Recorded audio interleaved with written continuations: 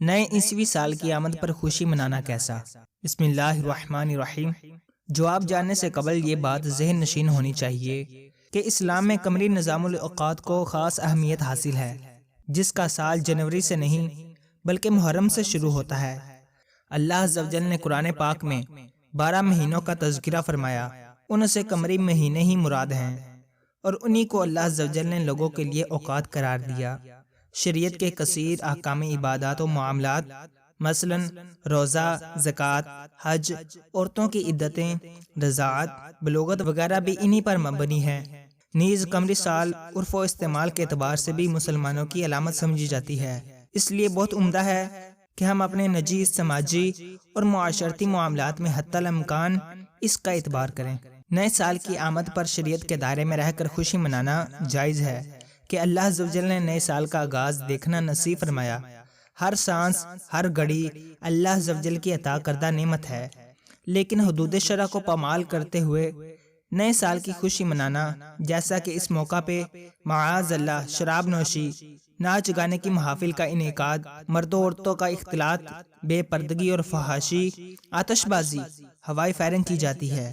نئے سال کا آغاز ہوتے ہی ادھم مچا کر، بلند آواز سے ڈیک لگا کر، موٹر سائیکلوں اور گاڑیوں کے سلنسر نکال کر گلیوں سڑکوں پہ گھومنا اور لوگوں کا سکون برباد کرنا، اس کے علاوہ ون ویلنگ کا تماشا کرتے ہوئے اپنی جان کو ہلاکت میں ڈالنا، الغرض طرح طرح کے خلاف شرع امور کا ارتکاب کر کے خوشی منائی جاتی ہے۔ مزید برآں ان میں کئی امور خلاف شرع ہونے کے ساتھ ساتھ قانونی جرم بھی ہوتے ہیں جو ان کی حرمت میں اضافہ کر دیتے ہیں۔ اس انداز سے جو بھی خوشی منائی جائے، چاہے وہ نئے سال کی آمد کی ہو یا کوئی اور، ناجائز و حرام ہے۔ مہینوں کے متعلق اللہ عز و جل نے قرآن پاک میں ارشاد فرمایا، ترجمہ کنز ایمان، بے شک مہینوں کی گنتی اللہ کے نزدیک 12 مہینے ہیں اللہ کی کتاب میں، جب سے اس نے آسمان و زمین بنائے، ان میں سے 4 حرمت والے ہیں۔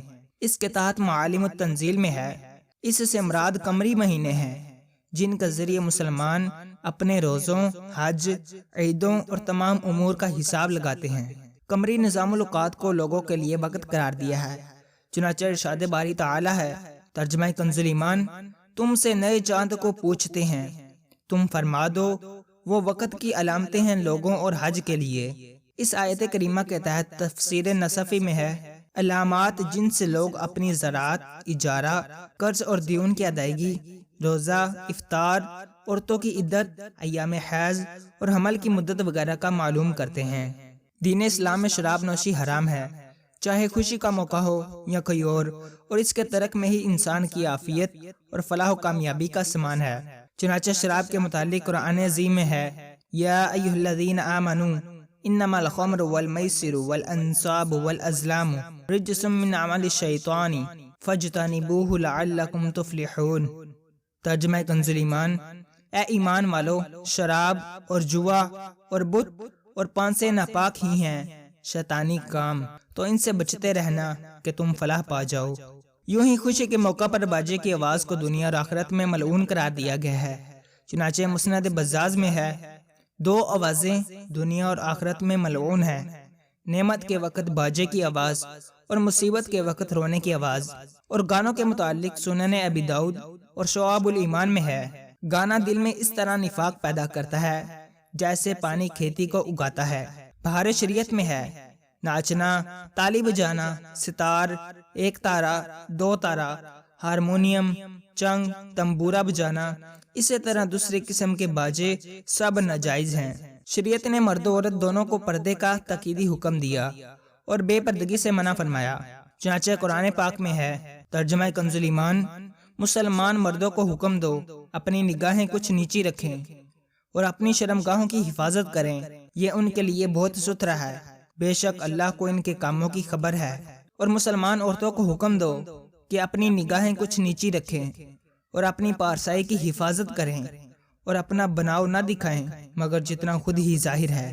فتاوی رضویہ میں ہے، لڑکیوں کا غیر مردوں کے سامنے خوش الہانی سے نظم پڑھنا حرام ہے، اور اجنبی نوجوان لڑکوں کے سامنے بے پردہ رہنا بھی حرام، اور جو اپنی لڑکیوں کو ایسی جگہ بھیجتے ہیں بے حیا، بے غیرت ہیں، ان پر اطلاق دیوس ہوتا ہے۔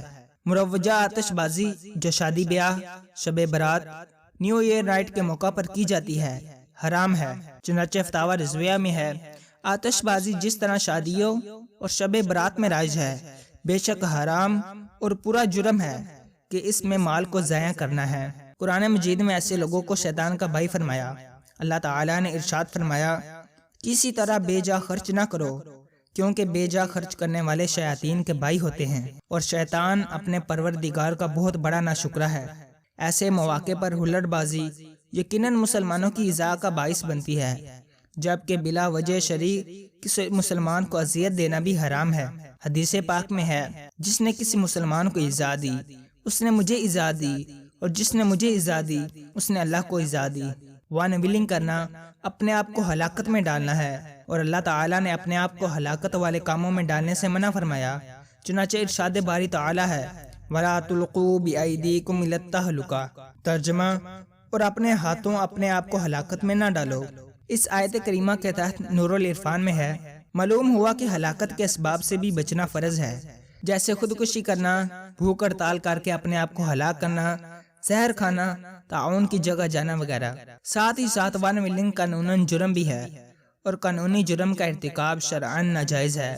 فتاوی رضویہ میں ہے کسی ایسے امر کا ارتکاب جو قانوناً ناجائز ہو اور جرم کی حد تک پہنچے شرعاً بھی ناجائز ہوگا، کہ ایسی بات کے لیے جرم قانونی کا مرتکب ہو کر اپنے آپ کو سزا اور ذلت کے لیے پیش کرنا شرعاً بھی روا نہیں۔